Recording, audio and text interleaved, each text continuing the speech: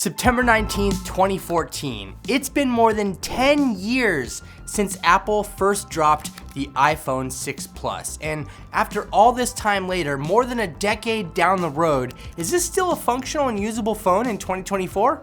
Let's talk about it. So I know it's been a while since we've even referenced the iPhone 6 series since it dropped in 2014 with iOS 8. But, I mean, this phone is quite remarkable and shook things up in many ways. Honestly, I just remember this being a really fun time in tech, and this marked the period where Apple first made the jump into a larger format smartphone with the iPhone 6 Plus's 5.5-inch 60Hz 1080p display. And while that size is child's play now, Apple's jump from 4 inches to 4.7 inches on the 6 and up to 5.5 inches on the 6 Plus, that opened up a whole new door, a whole new category of smartphones for Apple users. Today, the large forehead and chin on the 6 and 6 Plus is absolutely criminal, but back then it was a little more acceptable. On top of this entirely new screen size option, the iPhone 6 and 6 Plus sported just a very drastically different design from its predecessor. So this was definitely a different design path for the iPhone with curved edges, it was smooth all around, and a nice thin design at just 7.1 millimeters in thickness. It packed a lightning port and a headphone jack, and this was Apple's second year with Touch ID, so people were getting more familiar with that. Really, this era of smartphones was an exciting time in tech, but while it was great and all, for the iPhone 6 Plus anyways, that's where the fun ended. BendGate. BendGate. BendGate. BendGate. BendGate. People have been talking about it all week. A number of reports claiming that the iPhone 6 Plus was Bent. Apple stock, though, took a hit in the wake. Yes, that was this iPhone. While Apple did come on the record saying that under normal use, bending was extremely rare, I do think personally that the whole BendGate situation was blown way out of proportion, though it did provide us with much stronger smartphones in the entire industry going forward. So, I mean, that's a win, right? Just maybe don't sit on it wrong, okay? Okay, so with all of that aside, what's it like actually using an iPhone 6 Plus in 2024? Just as a refresher, in case you're not familiar, inside of the iPhone 6 Plus, we have the A8 dual-core processor. We have 1 GB of RAM and a 2,915 milliamp hour battery, which we'll talk about in a little bit.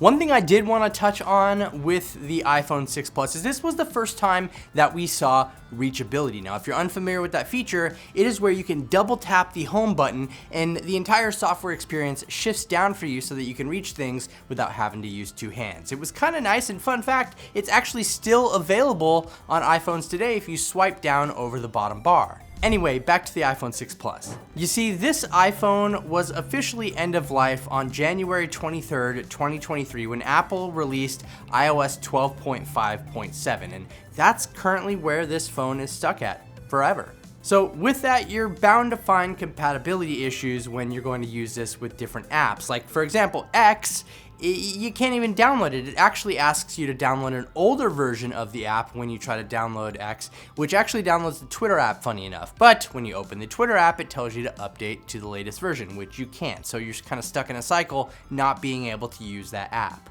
I was able to log into apps like Facebook and Instagram, and of course all the native apps work absolutely fine. And well, when it comes to gaming on this thing, I mean, to be honest, if you're playing some simple games, you're not going to have a problem.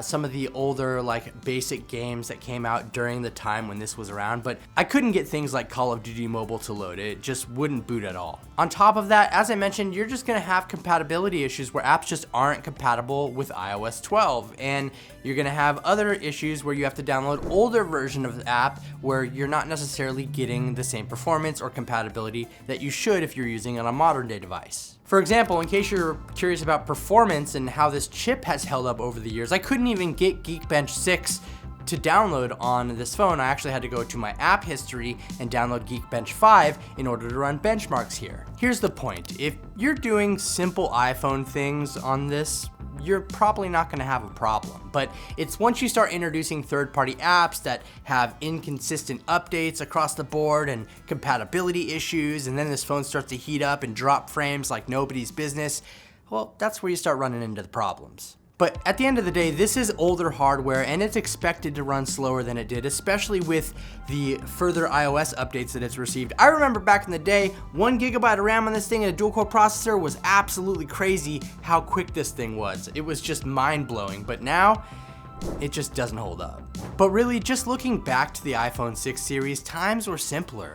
Things were simpler, tech was simpler, everything was simpler. Heck, even the camera setup on the back was simpler. There's just one camera.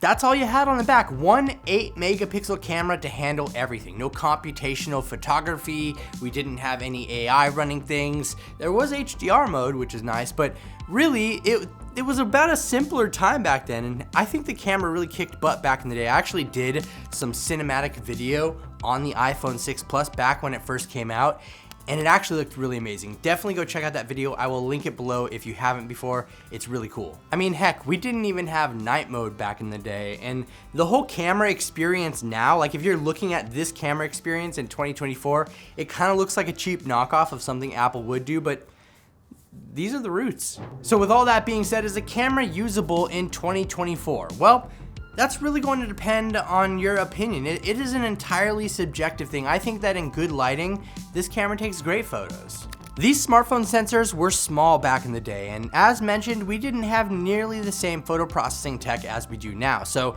it's almost a what you see is what you get situation. There wasn't really a lot happening in terms of the processing on these photos, but that was kind of the charm back in the day, in my opinion. Obviously, when you move into lower lighting situations, things just start to change. And I mean, if you want to compare something side by side to, let's say, like an iPhone 16 Pro, 10 years later, the photo differences are drastic, especially when you compare the night mode photos. Like a night mode photo on an iPhone 16 Pro to the regular just dark photo on an iPhone 6 Plus, it's absolutely insane. At the end of the day though, when this camera came out, if you put it in context with when it was released, it was really impressive at the time, and I think that there's something to be said about that. But of course, if you want to see full resolution photos of any of the pictures that I've taken with the iPhone 6 Plus, I will leave a link down below in the description for you.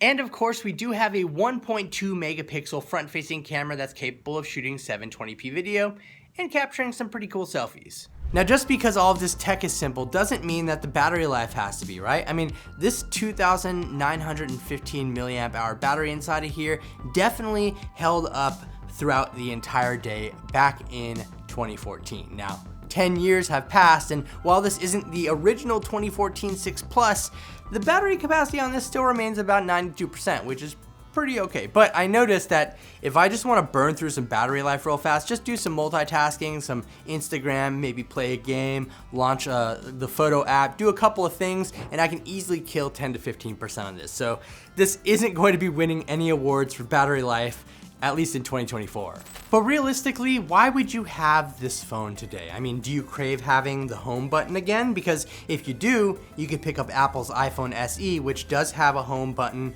and will kind of give you a similar vibe to the iPhone 6 Plus here, though with a smaller screen size. But you do have much better options out there than buying a 10-year-old smartphone. But I'll have you know, if you do slip a SIM card in this, it works just fine. Like, I can use this on T-Mobile with absolutely no problem. At the end of the day, your mileage obviously is going to vary with the 10-year-old smartphone, but for better or for worse, this was a landmark in tech history, whether that was for its drastically different design or the failure points that came from that same design. The iPhone 6 Plus has cemented itself in smartphone history, and I really think that it's a fun, nostalgic thing to look back on.